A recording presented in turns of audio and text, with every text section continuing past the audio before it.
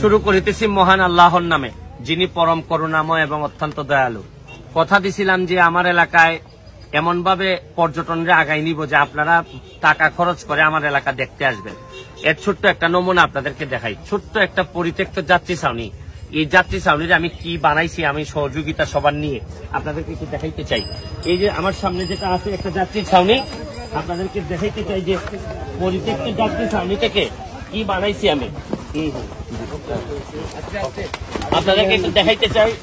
এই একটা পরিত্যক্ত যাত্রী ছাউনি ছিল, এই যাত্রী ছাউনি থেকে আপনাদেরকে দেখাই যে এই যাত্রী ছাউনি এইখানে আসো।